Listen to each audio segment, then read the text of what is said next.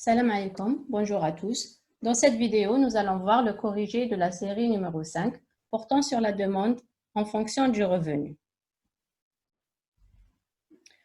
Alors, pour le premier exercice, nous avons le tableau suivant qui donne les points de trois courbes d'indifférence, grand 1, grand 2 et grand 3. Nous avons donc deux biens X et Y.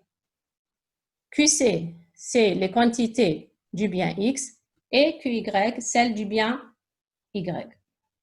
On a aussi les prix des biens X et Y, PX égale 2 dinars, PY 1 dinar, ainsi que le revenu qui est de 12 dinars. On nous demande de tracer la courbe revenu-consommation ainsi que la courbe d'Engel du bien X si le revenu augmente de 12 à 16 puis à 20 dinars et les prix restent inchangés. D'abord, rappelons-nous, c'est quoi la courbe de consommation-revenu? Donc, c'est le lieu des points représentant les paniers optimaux pour différents niveaux de revenus. Donc, pour tracer cette courbe, il nous faut représenter les différents points optimaux obtenus suite aux variations qu'on a du revenu. Par ailleurs, on sait que le point optimal ou panier optimal est graphiquement parlant un point de tangence entre une droite budgétaire et une courbe d'indifférence. Alors ici, avec les données initiales, on peut tracer trois courbes d'indifférence. Pour ce faire, on va fixer les points de coordonnées QX, QY qui composent chaque courbe, sachant que chaque point représente un panier composé d'une quantité de X et d'une quantité de Y.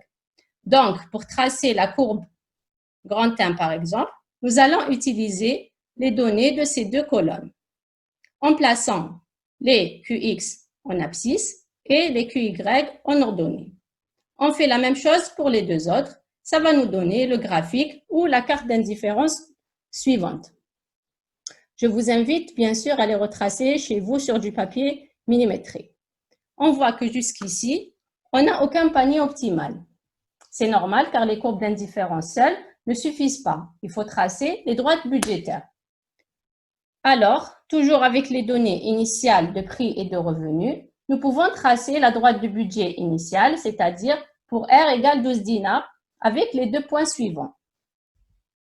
R sur PX, soit 12 sur 2, qui est égal à 6, si tout le revenu est dépensé pour l'achat du bien X. Et le point R sur PY, soit 12 sur 1, qui est égal à 12, si tout le revenu est dépensé pour l'achat du bien Y. Ça nous donne la droite suivante qu'on nommera D1. Et donc, le panier optimal sera pour R égale 12 dinars composé de 3X et de 6Y. Comme le revenu augmente à 16 puis à 20 dinars, nous aurons un déplacement de cette droite de façon parallèle vu que seul le revenu change et non le rapport des prix PX sur PY. Donc, la pente va rester la même. Nous traçons ces deux nouvelles droites de la même façon que la précédente grâce à deux points extrêmes.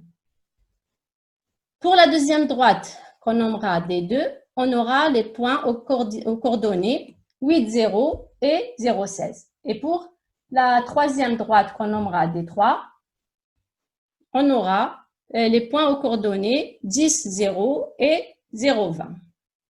On les trace alors. Voilà. On voit que la droite des deux touche la courbe d'indifférence grand 2 au point aux coordonnées x égale 4 et y égale 8, qui est le nouveau point optimal quand le revenu passe de 12 à 16 dinars. Et la droite des 3 touche la courbe d'indifférence grand 3 au point aux coordonnées x égale 5,5 et y égale 9, qui devient le point optimal quand le revenu passe à 20 dinars. Voilà, en reliant ces trois points optimaux, nous obtenons notre courbe de consommation revenu. Maintenant, pour tracer la courbe d'Engel du bien X, on va faire correspondre à chaque quantité optimale du bien X le revenu qui a permis de l'obtenir. On a donc, quand le revenu est égal à 12 dinars, X est égal à 3. Quand le revenu est égal à 16 dinars, X est égal à 4. quand le revenu est égal à 20 dinars, X est égal à 5,5. Pourquoi on parle que des X ici? C'est parce qu'on nous a demandé la courbe d'Engel du bien X. Voilà, donc on va représenter cela sur un repère avec R en abscisse et X en ordonnée, puisque c'est X qui varie en fonction de la variation du revenu. En reliant les points obtenus, on trace la courbe d'Engel de X comme suit.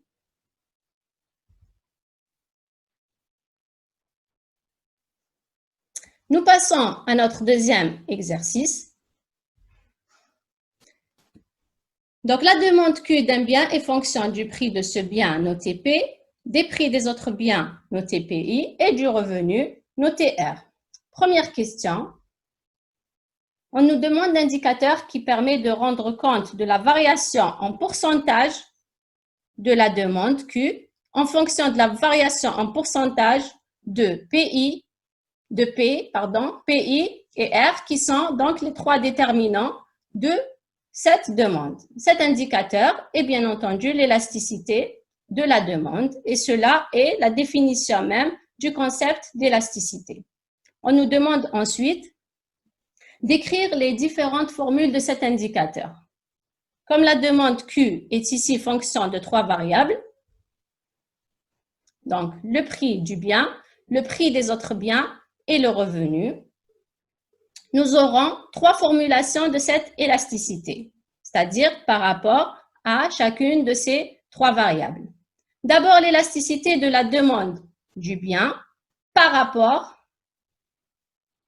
au prix de ce bien, P, ou ce qu'on appelle l'élasticité prix direct qui se formule ainsi.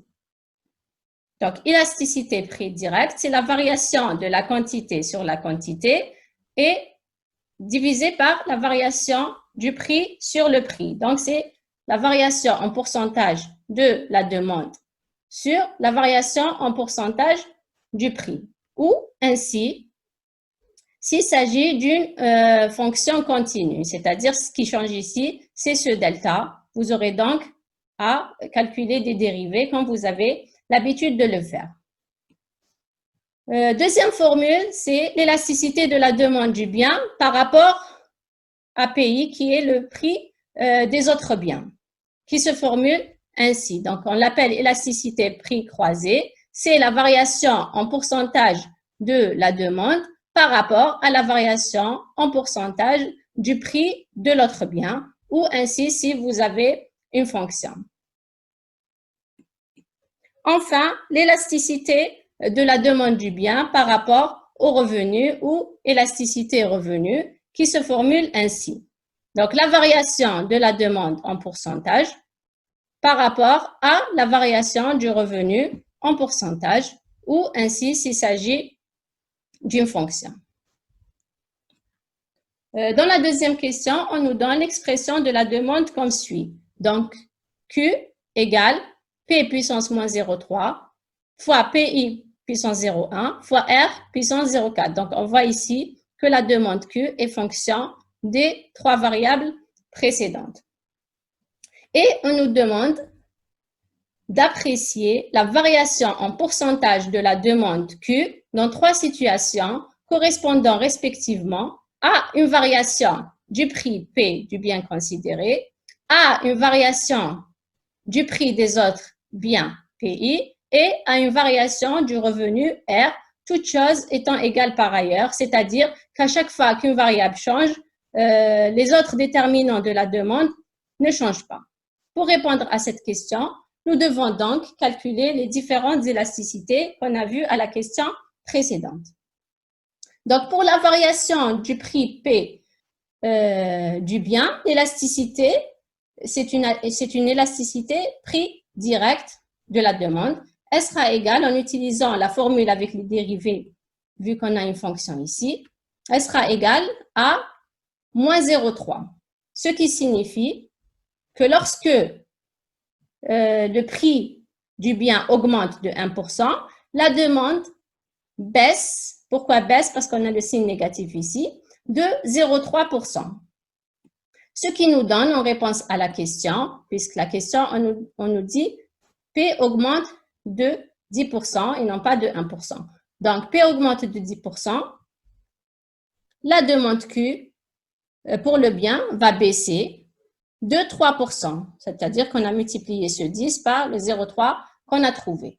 De la même façon, pour la variation du prix des autres biens PI, l'élasticité qu'on va calculer est une élasticité prix croisé. Elle sera égale à 0,1, ce qui signifie que lorsque PI augmente de 1%, la demande Q augmente de 0,1%.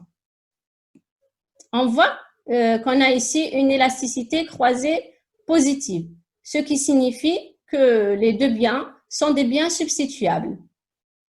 Quand le prix d'un bien augmente, le consommateur, qu'est-ce qu'il va faire? Il va augmenter la consommation de l'autre bien, qui peut donc se substituer au premier. Alors, ici, en réponse à la question, on nous dit PI croît de 5%. Donc, lorsque PI croît de 5%, la demande Q pour le bien va augmenter de 0,5%. Donc, on a multiplié les 5 par le 0,1 qu'on a trouvé. Enfin, pour la variation du revenu, on va calculer l'élasticité revenu. Elle sera égale à 0,4, ce qui signifie que quand le revenu augmente de 1%, la demande Q augmente de 0,4%. On voit qu'on a ici une élasticité revenu positive, c'est-à-dire que la variation de la quantité demandée du bien se fait dans le même sens que la variation du revenu. Donc, la quantité augmente quand le revenu augmente ou baisse quand le revenu baisse. Donc, le sens de la variation est le même. Il s'agit donc d'un bien normal. Mais comme ici, 0,4 est compris entre 0 et 1, ça veut dire que cette variation, cette augmentation de la demande est moins que proportionnelle à la variation ou à l'augmentation du revenu. Donc, ce bien est un bien nécessaire. Et en réponse à notre question, donc R croît de 10%, la réponse, lorsque R croît de 10%, la demande Q pour le bien va augmenter de 4%, c'est-à-dire qu'on a multiplié ces 10 par le 0,4 qu'on a trouvé. Nous passons maintenant à notre dernier exercice. Donc, dans ce troisième et dernier exercice, on nous donne le tableau suivant avec les différentes quantités qu'une famille achète d'un bien selon les différents niveaux de revenus dont elle dispose par mois, de janvier à août, noté de A à H. On nous demande de déterminer l'élasticité revenu de la demande entre A et B, B et C, etc. Pourquoi élasticité revenu? Parce que ici, c'est le revenu qui est en train de varier. Donc, la quantité varie selon le revenu. Donc, il s'agit d'une élasticité revenu. Comme nous avons ici des données chiffrées et non une fonction, nous allons utiliser la formule suivante. Donc, il n'y a que le delta qui change. Donc, variation en pourcentage de la demande sur la variation en pourcentage du revenu. Ce qui nous donne entre A et B, donc l'élasticité revenu de la demande, 200, ici on est entre janvier et février, 200 moins 100 sur 100, donc 200 moins 100 sur 100, delta Q, c'est Q2 moins Q1 sur Q qui est Q1, sur delta R, donc R2 moins R1 sur R1. Donc, 200 moins 100 sur 100 sur 60 000 moins 40 000 sur 40 000, ce qui nous donne une élasticité de 2. C'est-à-dire que lorsque le revenu augmente de 1%, la demande pour ce bien augmente de 2%. Donc, on continue les calculs de la même façon. Nous allons calculer les élasticités de BAC, CAD, etc., ce qui nous donne les résultats suivants. Donc, je vous invite bien entendu à refaire les calculs chez vous.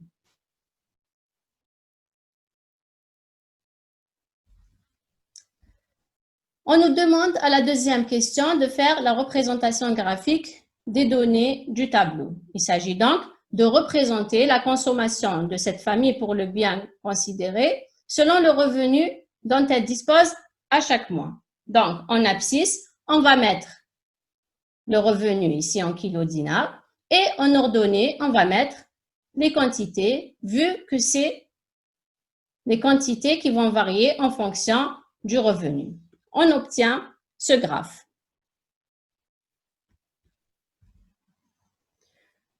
Dernière question nous demande de déterminer la nature ou le type du bien. Pour pouvoir connaître le type de bien dont il est question ici, on va se baser sur les élasticités revenues qu'on a calculées à la première question. Donc, qu'est-ce qu'on constate? On voit que lorsque la famille est passée d'un revenu de 40 000 dinars à un revenu de 60 000 dinars entre janvier et février, elle a augmenté sa consommation du bien de façon plus que proportionnelle à l'augmentation du revenu. L'élasticité revenu est supérieure à 1. En effet, on voit qu'en passant de 40 000 à 60 000 dinars, son revenu a augmenté de 50%, alors que la consommation du bien est, elle, passée de 100 à 200, soit 100% d'augmentation, le double de l'augmentation du revenu. On peut en déduire que ce bien, disons que c'est du poulet, est un bien supérieur ou de luxe pour cette famille, c'est-à-dire qu'elle n'y accédait pas avant ou alors très rarement. Qu'est-ce qu'on constate ensuite? Le revenu de cette famille a continué à augmenter mois sur mois. Mais la consommation de ce bien, donc du poulet selon notre exemple, a d'abord continué à augmenter jusqu'en juin, mais d'une façon décroissante.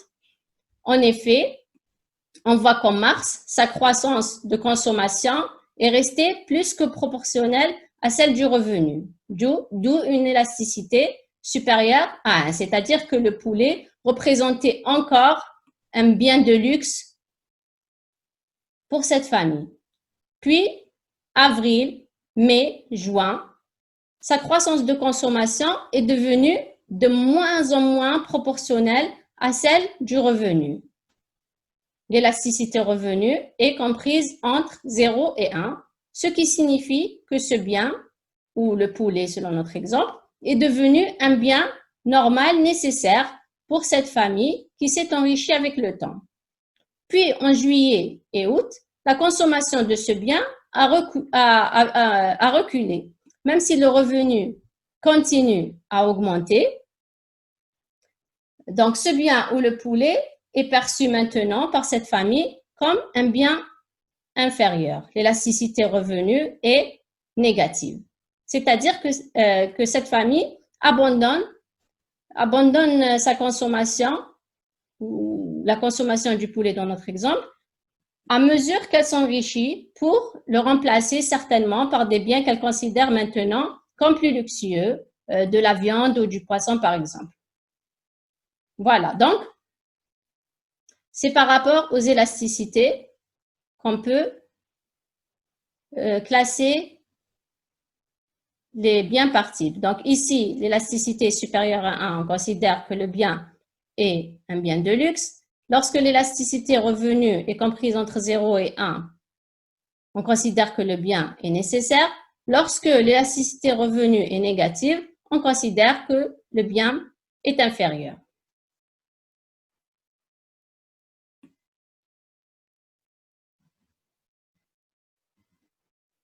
Donc ici, c'est pour que vous compreniez que la nature du bien n'est pas une étiquette collée au bien, mais c'est selon la perception que le consommateur a de ce bien en tenant compte de son revenu. On voit qu'ici, il s'agit d'un même bien pour cette famille, mais à mesure qu'elle s'est enrichie.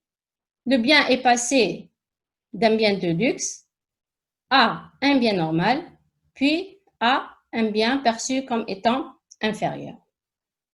Nous arrivons au terme de notre vidéo. J'espère que ce qui a été expliqué est maintenant plus clair pour vous. Je vous invite, bien entendu, à refaire les exercices chez vous. Au revoir.